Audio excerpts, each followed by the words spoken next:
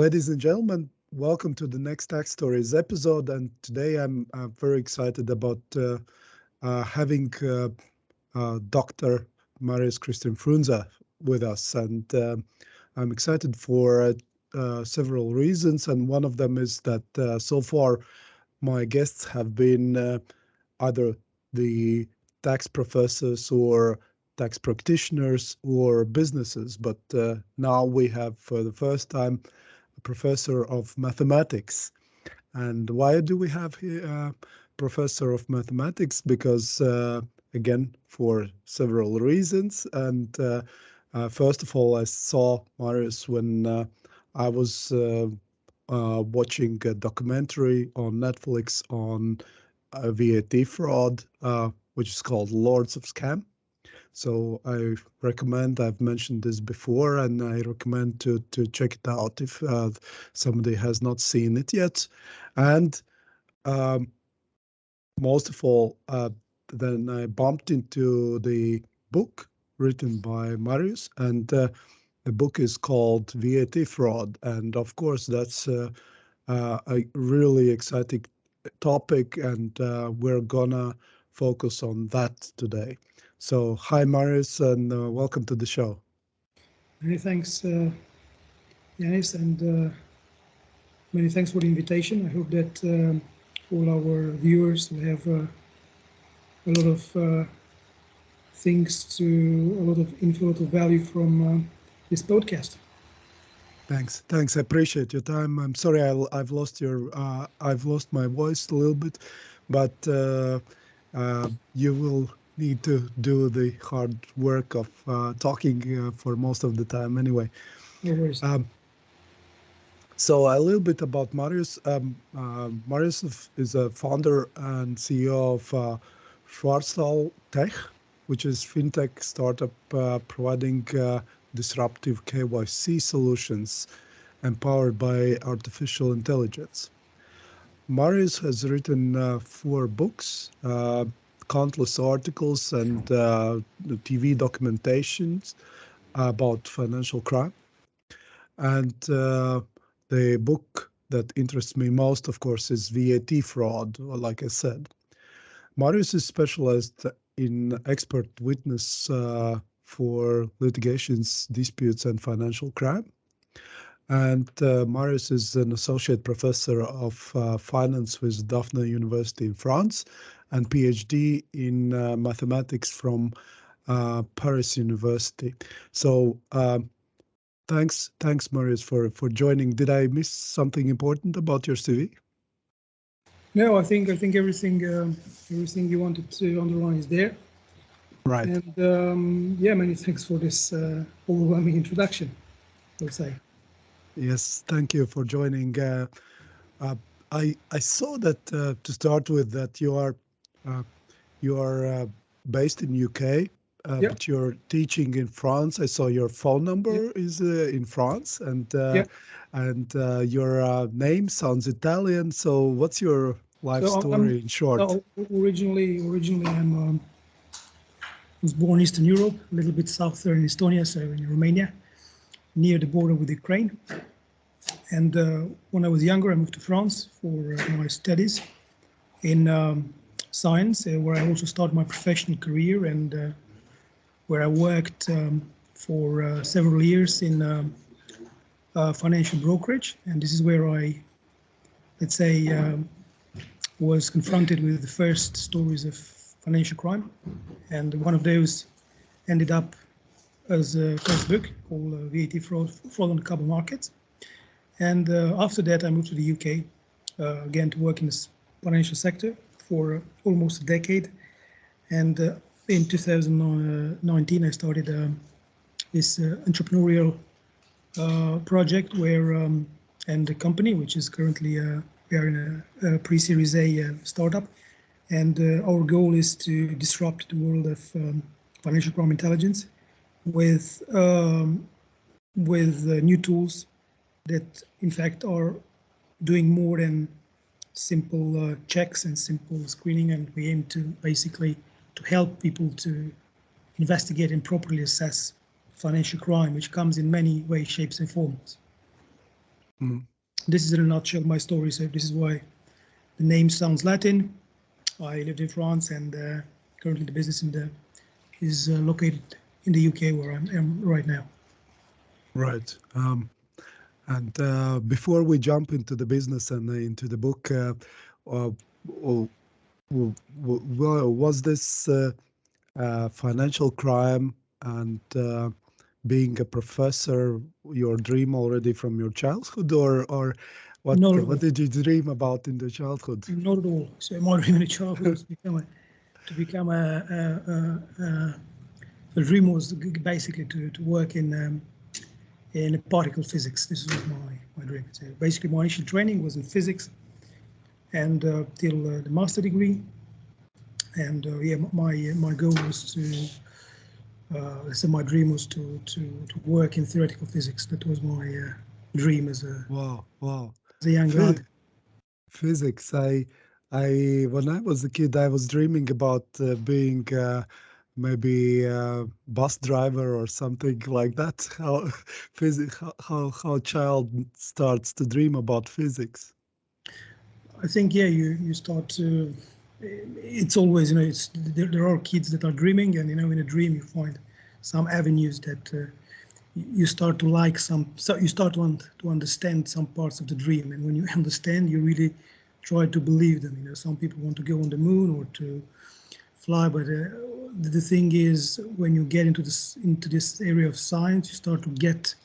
It's kind of let's say it's addictive, because you start to get it, you start to understand how it works, and then you go into that world, and it's probably from a lot of young people, at least in my generation, it was kind of an addiction more. Right. And that, yeah.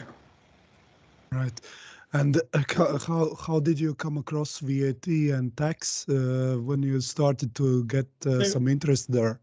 So yeah, I had my professional career, so I decided to obviously to switch from science went into the professional world when I was around 25, and started my career as a junior auditor in PricewaterhouseCoopers in Paris, and I did like financial accounting. And this is where I learned, the first thing, very basic. Imagine you come from a theoretical background of everything is theories with symmetry groups and complicated equations, and you go to, accounting. It's basically a very cold bath. But let's say this was my first initial knowledge about accounting, which is very useful, by the way, and it was basically one of the best training I got, and working for Big Fours. And later I started to work in the carbon market in a brokerage firm in Paris. And as you well know, and you saw in the movies, that market was corrupted by scammers, and especially by VAT fraudsters. And in my work, I had a couple of roles. One of the role was to come with market predictions and to try to understand the market tendencies. And I have built a model, a statistical model that was supposed to predict the price of carbon emissions. And what I have found is during the period of, when it was the relevant period of VAT fraud, the model that I've built wasn't really working. So I said, why doesn't it work? Why? It means there is a factor that we don't capture. And the factor was, in fact, that the market wasn't anymore a market that was supposed to reduce pollution, but was a tool.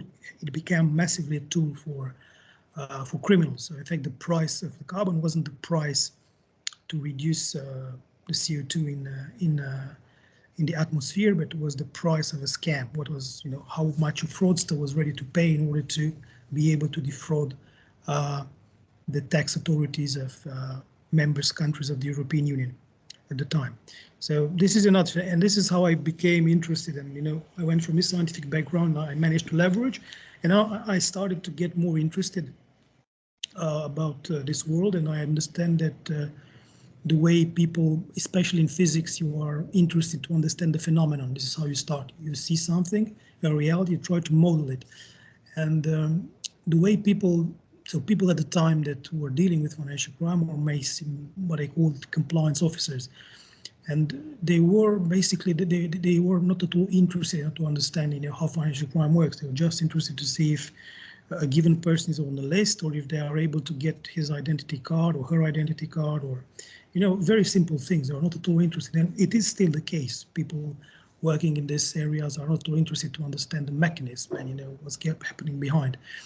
And slowly I understood that there is a gap, and the gap was very big at the time. Now it's a little bit less, you know, it's a lesser extent, but it's still a big gap between what's reality of financial crime and what people in the professional world understand of what is happening in that world. And my decision was to, you know, try to do more research, and I should say that this was privately funded, so I funded my own. I didn't benefit by any grants or any governmental aid. It was basically all the books and everything you see was basically backed by either my businesses or by myself. And yeah, and in the end, it resulted into a business that basically I'm the startup that I have founded. So this is in a nutshell the story. Right. And I understand that you expanded from this CO2 emission fraud to VAT fraud in general. Yeah. So Because interestingly enough, first I've started with the story. So first book, and the first was exactly I wanted to say what I have felt, my understanding of what I have experienced in that period. But needless to say, and then other people started to contact me and say, but do you know there is VAT fraud on that one? Do you know that there is VAT fraud? And then I started to look into this area. And I, again, with respect to VAT, I found that there is a massive lack of any documentation, anything standardized with what is VAT fraud.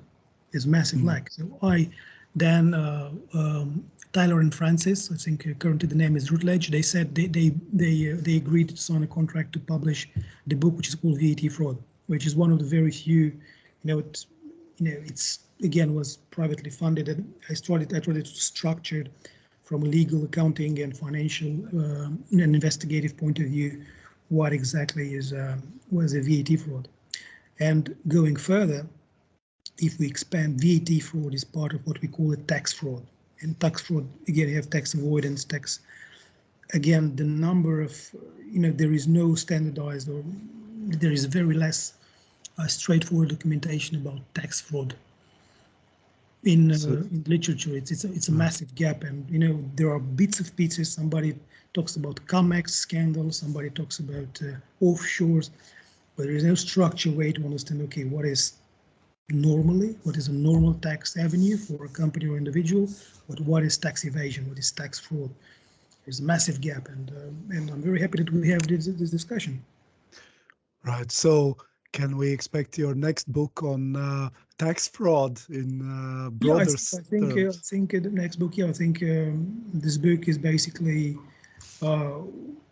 the information we have. We try to transpose into a solution. I think people what they need currently is solutions, and the solution to avoid the solution for tax evasion is basically not studying tax evasion today. It's very different from what it was in the 50s. In the 50s, you have somebody with a bag of cash going into an offshore jurisdiction like Switzerland and or the Netherlands, and they were basically opening an account, and this was individual tax evasion. Currently, tax fraud or tax evasion, called as depending what we understand by the definition, is much more sophisticated, and it takes place it leverages networks of companies and individuals. So behind a tax fraud or tax evasion, there is never one individual, one company, but networks. And these networks are global in various countries, various jurisdictions. And the challenge here in understanding how tax fraud works is how do you assess those networks? And it's rather complicated because you need to gather a lot of data to cross-check and to link a lot of companies and individuals.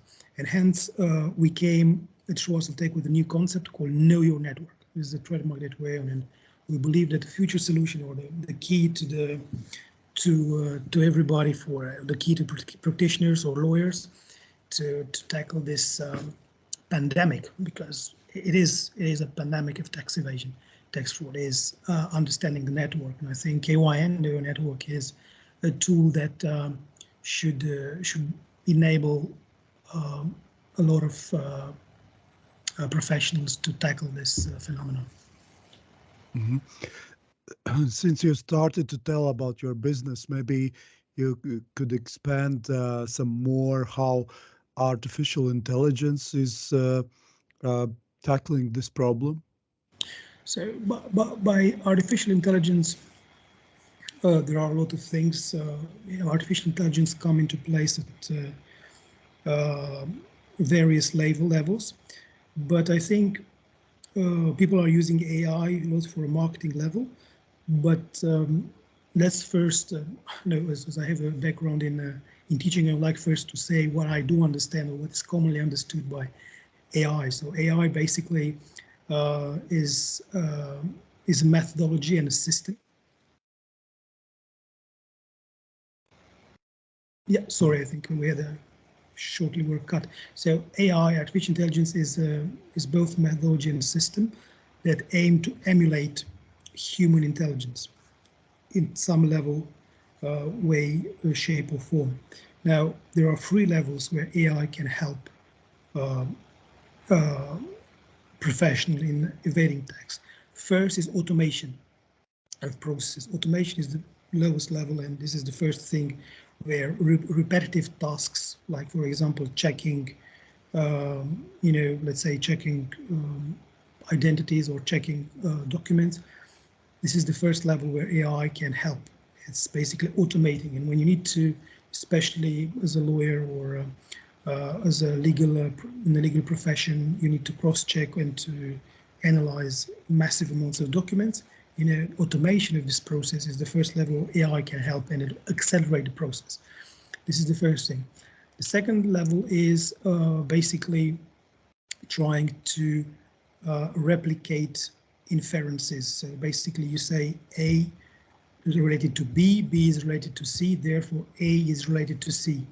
And for instance, let's say you have a company which is registered in Estonia, and you also have a company, but the UBO, the beneficial owner, has also companies in Russia and companies in the UK. And you might suspect that this scheme might be used to avoid sanctions. For instance, I give an example, but we know that it happened previously in the Baltic countries. And this basically how it's done traditionally is that basically you need to take databases and to check manually and visually to analyze and assess whether the person are the same with date of birth and everything else. And then infer there is a link and highlight an alert. Here, artificial intelligence can do it. So basically you have the databases, you write some code and you put everything together and it should generate automatically alerts. So this is the second level. And the third level, which is the most complex, and there are very few companies that are doing, is to generate new rules. So basically you don't know anything. You have like various data, you know that there is something might be wrong, and your AI, so artificial intelligence, might generate and find new rules, new inferences, new syllogisms saying these people are connected and this might get wrong. So that's basically the three levels where AI is basically helping the compliance and legal profession. Most solutions are currently in the first layer, so basically in the automation. So that's almost 90% of solutions are there. There is around 10% second layer, so basically to automate inferences, and the third layer, which basically generate new rules and new types of links. This is basically, these are not many. So especially the big companies like Google and Amazon that are able to do it. So this is in a nutshell how AI can help the profession. Oh, wow, exciting stuff. While you were telling this, I was thinking of two questions. One question is that I read somewhere public information that Putin owns around 150 billion somewhere hidden in offshores. Yeah. Would your IT and intelligence be able to trace this money in order to freeze until he's sentenced for all the crimes he's doing now? So I think this is an overwhelming task. So I think the case you are mentioning is overly complex. And needless to say that you are discussing even a group of individuals and a group of people that already, these are sophisticated individuals and organizations. So already they, if let's say if it was somebody else, let's say an entrepreneur from obviously the systems we are talking about, they will be able to do it. When you talk about high level individuals or high level organizations such caliber, here the situation is different, because their approach to do such, to place money offshore, it's proactive. So they are knowing already, they have the information already that people are looking for their assets. So they are not only, their aim is not only to move simply the assets, but also to disguise the way. So when people are saying, yeah, there is this politician that has 150, I heard about 200, but that's a different story. So they had, let's say, 200 million in this offshore. You don't know if this news is accurate, or maybe it's a fake news fabricated by themselves. And you might have that even that those money, it's not even offshore, it's maybe even a mainland jurisdiction in a country like Italy or Germany or France. Yeah. So it's those for this sophisticated cases, I think just, let's say, pure technology cannot bring an answer, because those people, they also have their own technology that takes proactive, or let's say preemptive measures in order to disguise and hide their ultimate intent. So there is still a lot of work to do in order to be able to tackle such situation in such complex cases. It's sad because probably those people who are intentionally hiding this money are the ones who need to be addressed with this with this technology. And this leads to my second question: could the tax authorities and other authorities have maybe your version of technology, maybe even more expanded to address these problems? So I do think tax authorities are some of them are on the right track. I think Baltic countries, especially Estonia, I think it's one of the most advanced, if not the, it's maybe on the top. It's maybe number one in the class. There are British authorities also, which are very open, and it's very easy to access data about companies and individuals. It's very transparent also, and some are doing the right. They're doing it in the right way, and when you have already data which is structured, it's very easy to apply, to put on the top of it new technologies, and to try to extract more information. Now there are other jurisdictions which whereas they don't have enough structured data, and the level of their the level of what do they have in terms of data about their subjects are is very scarce, is very reduced and very unstructured. Therefore the usage of technology is basically not for short term. So basically they will need to do an overhaul of the entire databases then to move to add technology. But the direct answer to your question is that basically tax authorities are the first line of defense. It is about tax evasion, and then you have banks that might see some funds, and then you have other third line, let's say overseeing authorities or auditors. But tax authorities are the first level, so they're basically centralizing, gathering, and linking all the information and understanding the networks is a key thing. And I think all of them they should have, and I think the European Union should. This is not anymore a problem at a country, at a member state level. If we are speaking about European Union, it's a problem. It's an European problem. It's a European issue, and should be dealt at, let's say, at European level. That's meaning that in an ideal world, all tax authorities, they should be able to connect and link the data with one technology, with one standard. And currently is not the case. And this basically, when you have a tax evasion, we have some suspicious things in France and something happens in the Baltics and something happens in Italy, basically you will not be able to see if those things are connected. And yeah, this is a big situation. This is a big thing that is hindering the investigation. It hinders the work of compliance officers and tax professionals like yourself. And I think what would be ideal is that all registries in the EU and maybe in other countries are linked, and you are able to see, and each beneficial owner has one ID, and you will see all the relationship and all the companies and all the individuals controlling the companies in different positions are connected, and you can have a holistic view of an individual with all the network and all the companies that are related or other entities related to that person.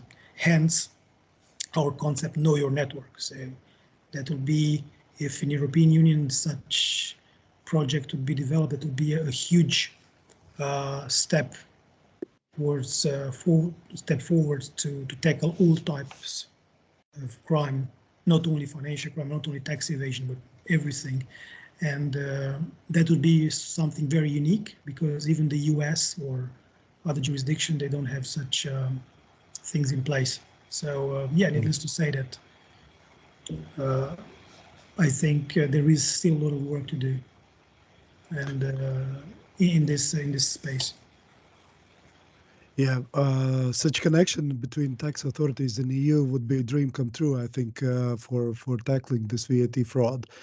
But regarding those UBOs you mentioned, I just recently read in Financial Times that there was a Russian oligarch who was basically hiding behind an accountant in Switzerland, and this accountant was everywhere indicated as UBO. Do you think it is a common problem from seeing quite a lot of cases in the dark side of the law?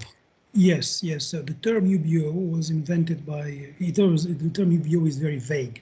So they came with some definition saying a UBO is somebody that controls at above a given level, above 25% in let's say the common definition. You have a control of about a certain percentage in a company. You are an UBO. Now that definition is basically works very well from a legal point of view, and it allows a lot of our competitors to say we know the UBO of this company, but this is not a UBO. It's exactly what it says. It's the ultimate beneficial owner. So it's the person which ultimately has an economic profit from that company. Now, the legal definition, yeah, if you have somebody that owns, let's say, 50% of a company, from a legal perspective, this is the UBO. But from an economic perspective, he might not be. This is the case you are mentioning. So, you need to see maybe that person is fronting somebody else. Maybe it's what we call a straw man or a straw person. Or the cash flows, or that company, basically the cash flows of that company are going somewhere else, to another company, controlled to somebody else, by somebody else. So the definition, there is a legal definition, but there is no economic definition of what a UBO is. And the UBOs basically are going to say, okay, who controls the company from a legal point of view? And you end up with a person, which is basically an accountant or a simple individual. In Cyprus, I think we did a case study. There was one law firm, I'll not say it in its name, but they were controlling all the offshore in the UK and in London of all the Russian elite that had at the time, like a couple of years ago, trusts, holdings, or companies in Cyprus. And the thing is,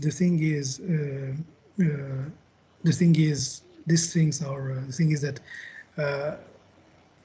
determining the UBO, it's not such a simple task. So basically, you need much more information than the shareholder, the capital table or the shareholder distribution. So you need, it's much more complicated. You need really to look to the underlying network to see those people who they are connected with, and if it makes sense, for instance, that a simple accountant controls dozens of companies that have billions of dollars in assets, for instance, does it make sense from an economic perspective?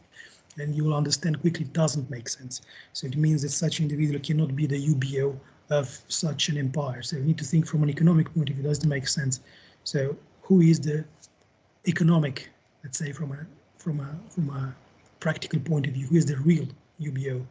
And yeah, so I think there is still a lot of work to be done, and in order to give the last nuance to this answer, is that compliance and the UBO, basically the UBOs, and deciding whether a person is a UBO or not, it's a job of a compliance officer basically in a bank. So they are deciding in the initial moment whether this individual is or is not the UBO. But I think determining the UBO is not a point-in-time process. It's basically, it's something that evolves over time. So maybe in the beginning you have an accountant which is the UBO, but after over time, situation changes. And I think a key answer to who is the real UBO is looking to the transaction of the company. And this is where you see that compliance and transactions are two different things in a lot of institutions, in most institutions, and they do not talk to each other. And basically there is a massive gap between screening an individual client and monitoring its transactions. And I think from monitoring its transactions, you understand much more things that would be very useful for a compliance officer. So, and obviously you would be able to see who is the real beneficial owner of a company or a trust or a group of companies. Mm. When the UK just introduced UBOs on properties, I saw that partner of Clifford Chance, Dan Needle, commented that it will not work until there will be a penalty in some form of percentage of the property for indicating false UBOs. Do you agree with that point of view? I do think some form of penalties should already exist, because having in the legal profession declaring in an official document false information, I think it's, as far as I know, this is a fraud and a crime in the British legislation. But what could really happen is that basically on a given property or asset, you have a UBO, an official UBO, and then there is a backdoor agreement which may or not may be written between that person and somebody else, a third party, and the real UBO is the third party. So you could see that the third party using the assets or having, let's say, being able to generate profits from that asset. So the economic beneficiary is not the person indicated in the paperwork, but somebody else.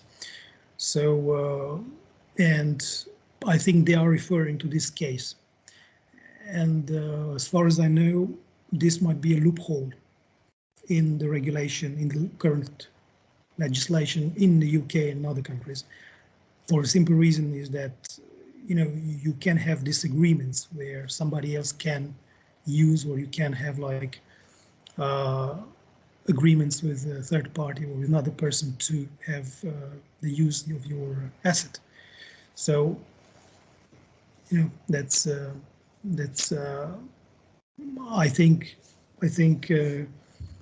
as I said, I think to put everything in a document, I think it will be a long way, and I'm not sure if it's legally possible to have a document where you have the real beneficial owner, and for a lot of reasons, especially for assets.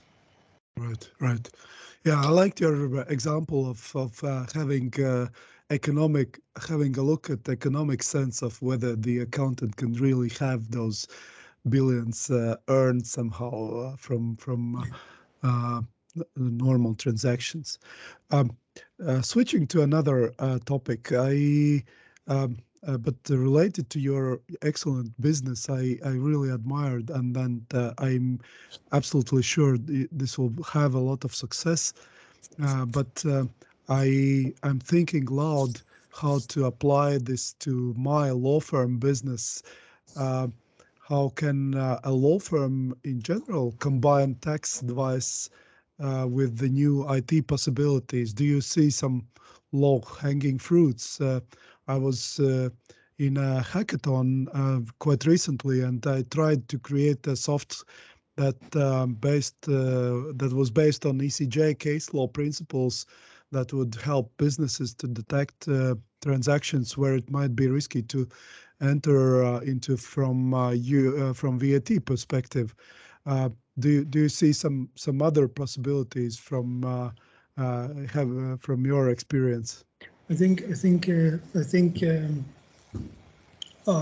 know, to be blunt, there is no piece of technology that currently, that as far as I'm aware, except maybe Google, that gathers a lot of information about a lot of people.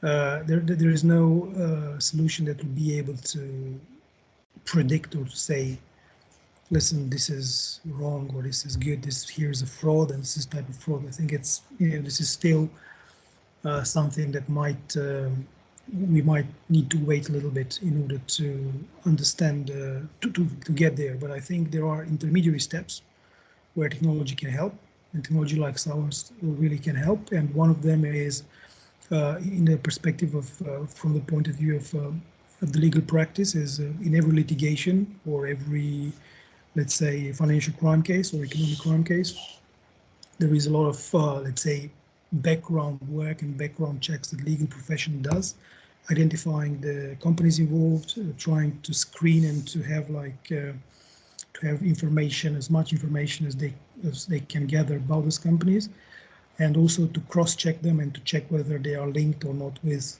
other cases, and if they can apply jurisprudence and so on. So here where we talk about KYN over network is something that is not useful only for banks, but also for the legal profession, because in the end, the situation is the same. They need to assess correctly what is the complexity of the case and what are the outreaches, and to understand how bad or how good the situation is. And I think this is a very good use case for a law firm, and especially when you go in court, having visual things, visual panels where you can show connections between various companies and various individuals. I think it's something that is very useful. This is the first thing, and the second thing is basically automation of document treatment. So when you are basically legal firms are employing our associates to go and to read hundreds of pages of documents, can be company internal documents or external documents, in order to screen for valuable information. And this work can be automated and can be, the result can be the extractions of key information like names of companies, names of people, relationships between those parties, and that can be very useful. And in just few minutes, you can have a first grasp of what is the main idea behind that document. And I think this will be, could help law firms to gain a lot of time and to have a lot of momentum when they are dealing with a complex case. Mm-hmm. Great. And if we think about your clients of your fintech, are those typically law firms or law firm clients, or some other typical clients? And what would be typical cases when your products are needed? So typical cases are basically, we have a wide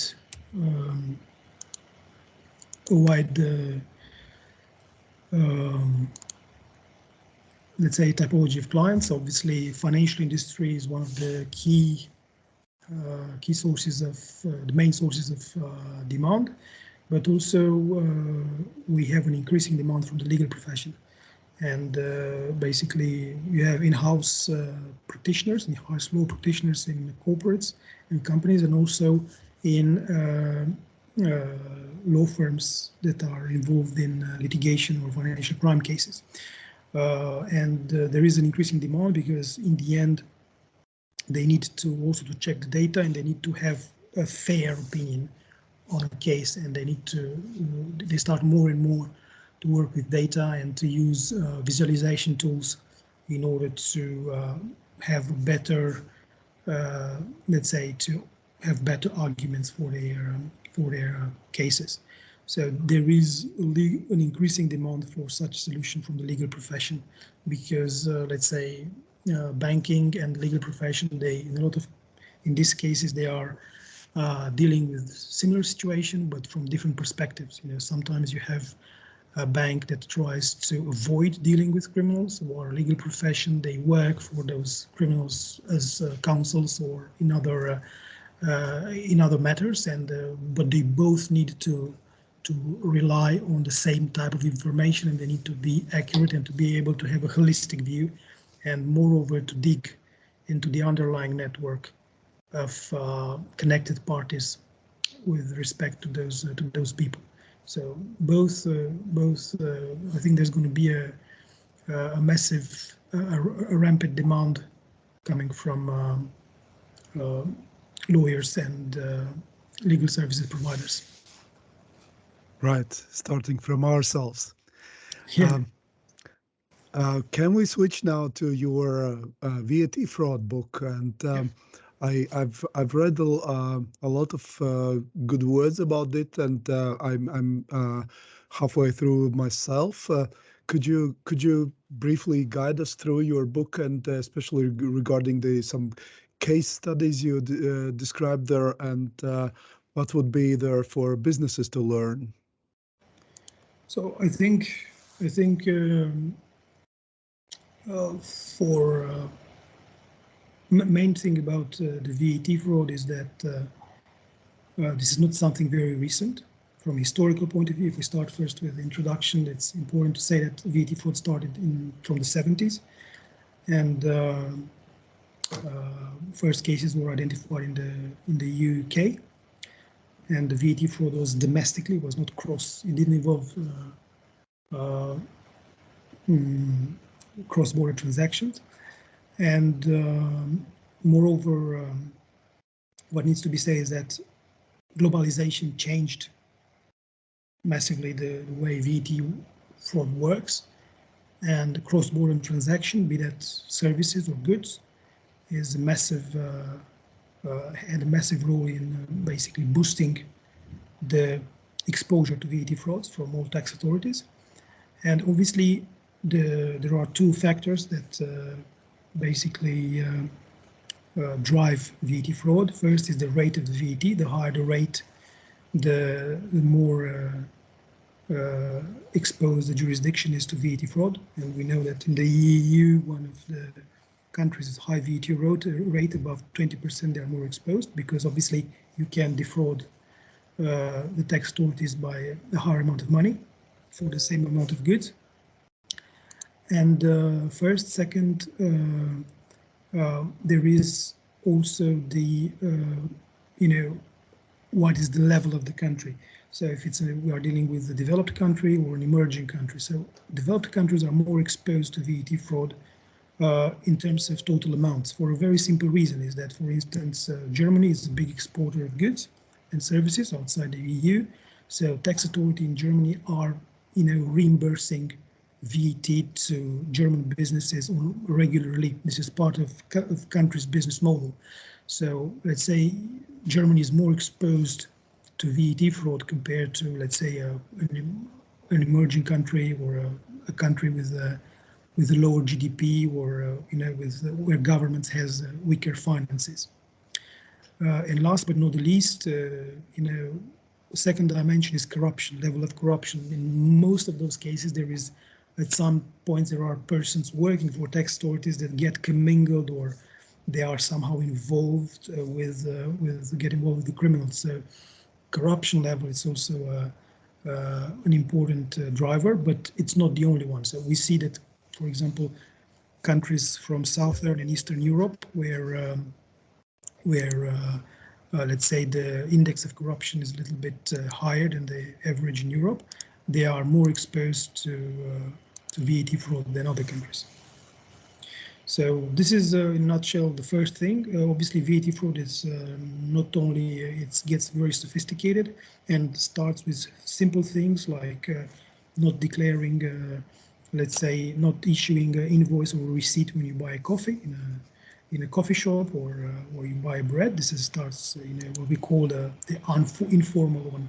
informal economy or the black market. It starts with this, and it goes to very sophisticated cases where you have, for example, drop shipping companies that are buying goods in China, they are reselling it in in Europe or in other countries and they are bypassing the VAT systems. Basically, they are not paying VAT in any countries. So it can go to very complex cases. So yeah, this is in a nutshell what people should understand, and there are also this is for, let's say, for big public. Now, for those who are working in tax authorities, they should know one thing. I think if you look throughout the cases depicted in the book, is that most of them, they have this fallacy saying there is a fallacy called in finance too big to fail. So this bank is too big to fail. The same thing is about VAT fraud is too big to fraud. So if a company is too big in a country, let's give an example. You have Telecom Italia, or you have in France governmental-owned bank CDC, Caisse de Dépôt, or in Germany Deutsche Bank. You say this are too big to be involved in such types of things.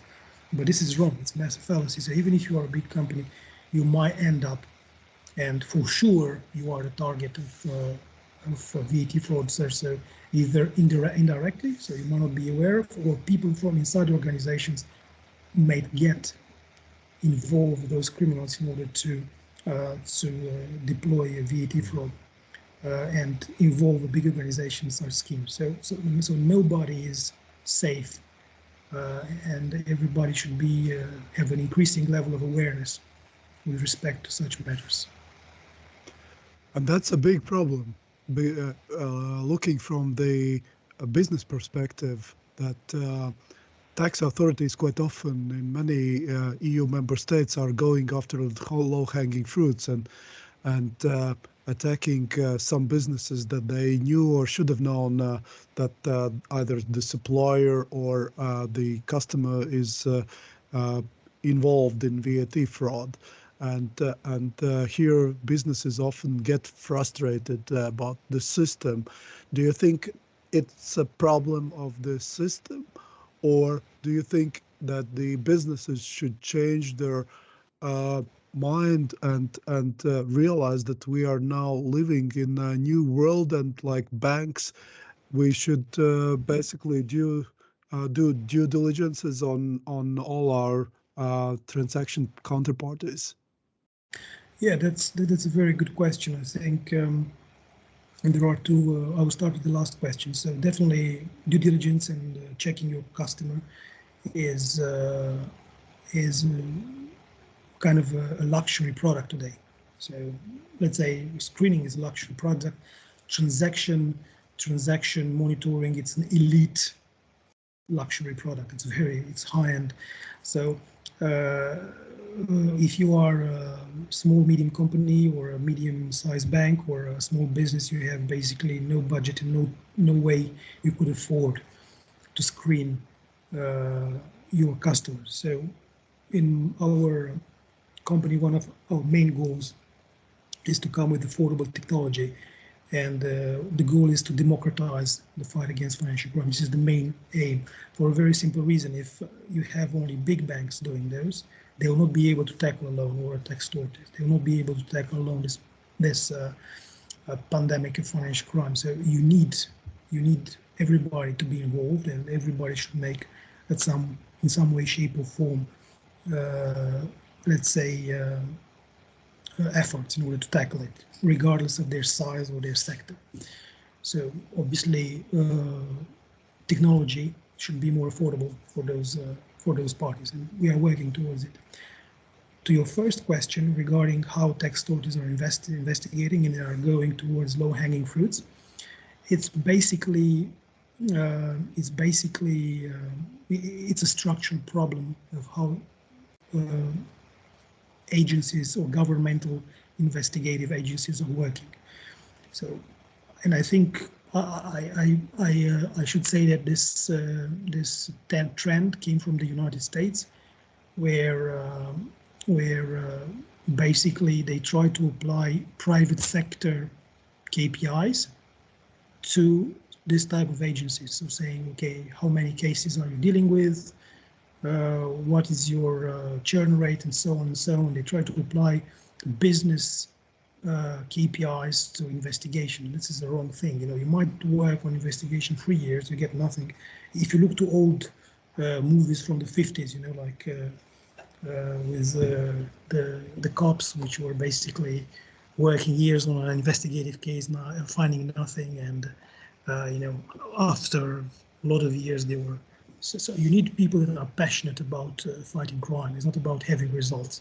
Obviously, if you have KPIs, you're going to go tackling where you know you will find something. So this answers to your question. This is why whenever there is more complex things that you are not sure of the outcome, or involves bigger organizations, or you might have you know, media issues, agencies and tax authorities are avoiding those investigations for the reasons I have just mentioned. And this is basically hindering the fight against financial crime, needless to say. And definitely I would think that the easiest way is a change of culture in all these agencies, and say thinking you need somebody that is dedicated to a cause, more like people are doing in non-governmental agencies. This is a cause, this is something that is, and it's going, and society trusts these agencies that they are doing the right thing. It's not about communicating the KPIs to, it's not a startup, it's not a business, you know, so they need to do the right thing, you know, regardless of the immediate results. Fighting this phenomenon, it's if you were mentioning the case about politicians hiding things in offshores, this will not take 1 year or 2 years. It's a long process to unhide such such phenomenon. So you need people that are dedicated and they believe in this in their work. So definitely there is a need for a change of culture. Great, and we're approaching towards the end of our hour. Do you see a light at the end of the tunnel regarding VAT fraud and tax fraud in general? Do you see that IT will help us out, or a definitive new VAT system coming, or something else? I think for the VAT, I think within the EU, I think there is light. I think MTIC, there is light. I think European Union will go towards more, will get more centralized from a tax perspective. It's just a matter of time. And so I think so. I will repeat. So yeah, European Union will get more centralized. So there will be more convergence. So probably the level of MTIC will be significantly lower, I would assume. Where members are still not in good shape is MTEC, missing trader extra community fraud, where you have goods and services from outside European Union, and this is the case for a lot of the goods consumed currently by member states, where VAT is not collected by the relevant authorities. And I'm just giving you all these platforms such as Amazon, Alibaba, or you know, drop shipping businesses, whatever. You know, there should be a lot of investigation whether they are paying the right VAT, or people who are trading on these marketplaces, because they are basically marketplaces. Companies and individuals trading on those marketplaces are subject to VAT if they pay the right number and the right figure in VAT. And I think here it's a huge area, and I think there's still a lot of work. And I think the size of the VAT fraud with respect to extra community transaction will increase significantly. And I think throughout the pandemic, I think exploded. But this is my intuition. I don't have numbers. We are working on a report right now, but to assess these numbers. But this is, let's say, it's less optimistic on this side of the fence. Right.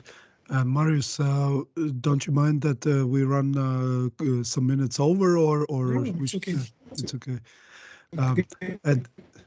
At the end, as our podcast is called Tech Stories, maybe you have some juicy story in your mind from all the dark side of the practice that you have had so far.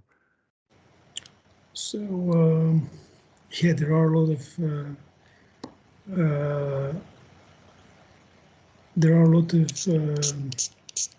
let's say juicy stories. Is that I would say the juiciest. I think one of the most juiciest story that you could and that the public and those viewers can see is obviously Lords of Scam. And the interesting enough is that basically this is a movie, it's not really a documentary, but the way it was depicted is that you have a central character, and then you have a group around that character, and it's structured in such a way that you really believe it's basically an organization, a hierarchical organization. We have a leader and lieutenants and then members, and basically it's not the way it works. So it's completely wrong. So it's completely different, and you could see that the way of thinking about financial crime is related. It's still very hallmarked by how can I put it, by Hollywood. And Hollywood basically had a big influence of how people from criminals behave and how investigators understand crime and how basically criminals and how producers are depicting those criminals in their movies. So one thing that is important to say and that is massively ignored is that financial crime currently is decentralized. It doesn't work like typically it was. You have like traditional organization like Drangheta or the American mafia. It's completely different, but people still have this view of having this family values. You have a lot of things about, and this is kind of a, I wouldn't say it's a juicy story, but it's completely wrong. It's completely fake. It's not really a. People involved in these things are very rational, and they know exactly what they are doing. It's not about creating a story with family values and philosophy. Yeah, so that's in a nutshell. I would like to give this inside view or different opinion on such matters. It's interesting because for those who have seen Lords of Scam, it would be maybe also interesting to hear what is happening in real life differently from what was depicted in the movie. So I think difference is that you have a movie which is 1 hour and a half, and you think that those people, this is their life, and it's spanned over 10 years, and it makes as a story as The Godfather. I think every producer wants to replicate The Godfather in there. This is kind of again, this is what we can go in. But Godfather was something that changed forever the world of crime at global level, especially in the Western world. And I think everybody wants to recreate this image of Marlon Brando playing Corleone. And I think Guillaume Niclou, so the producer, I think maybe unconsciously he tried to do bits and pieces of this. And you have you have few things about the organization, the head of the, and you have the family values and sentimental, and you have, there are things which are leveraged from that movie. And the reality is that all the facts happen very quickly. So the entire story that you see over that 2 hours, it happened in 3 months. All the fraud, all the 100, they were 3 months. So people in 3 months, they were able to find and structure a company in a dozen countries, open bank accounts, hire accountants, do the VAT, register, learn how trading carbon works. And everything was in 3 months. This is documented. Nobody, this is in 3 months, started in March and ended in June 2009. So in fact, it's very quickly. In 3 months, basically, you might be lucky if you incorporate a company in one of the European countries, if you move fast, but they managed to do everything in 3 months. So needless to say that they had already in place a network, a global network of individual companies and people they can trust, and under the click of hands, they were able to put everything together. Hence, the focus was, the network behind, so hence our trademark Know Your Network is the key thing. And this is basically doesn't come across from the movie. It's more about the personal story and the involvement, the relationship with the family values and so on. But the pure reality was that, the thing, this type of scheme was very calculated. People knew exactly what they were doing. They calculated what were the liabilities, what will happen, how much time we'll have to do to spend in prison and so on. So it's not so, you don't have this romantic, it put in a very romantic dimension, which basically in real life they don't have, that doesn't really exist. And could part of the problem be that those criminals are not afraid of those penalties potentially coming? There is a lot of good, there's a lot of, I think you need a podcast, why people do tax evasion. That's psychology. If there's a huge behavioral thing. I think for some of them, there is no other option. They need to do it because this is the way of life. And I think, they did some, let's say, proactive measures to understand what is their legal exposure. They say if something happens, because they also have lawyers, they also have people, and they will say, okay, what is the risk for me? Okay. Wow. Great story. Thanks for giving insight into what happened behind the scenes in this Netflix movie. I recommend everybody to have a look. I recommend everybody to buy the book and read it. It's great stuff. And in the show notes, I will put a link where you can buy it. So thanks, Marius, for your time. I really appreciate. And as you probably know, I end my podcast with the same question to all my guests about what is the purpose of everything that you do? What is your version and understanding of meaning of life and your mission? Yeah, this is a very good question. I think the goal, my personal goal, is to try to help. I always, when when you need to balance between two things, I'm always on the side of the weakest. I think in this new world of new globalized and multi-dimensional world, I think the traditional way of doing business, it's on the weakest side and has significant disadvantages. And my goal is to try to even the odds and my goal is to try to do as much as I can to help various people and organizations to understand their exposure and to make the game a little bit more symmetric and to even the odds where it's possible.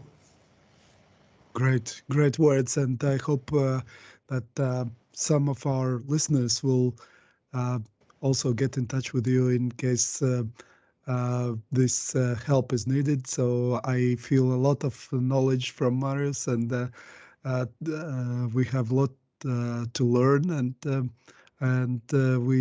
I spent a great hour with you. So thanks for your time. Really appreciate it. Okay, many thanks, Yanis. Many thanks for your invite.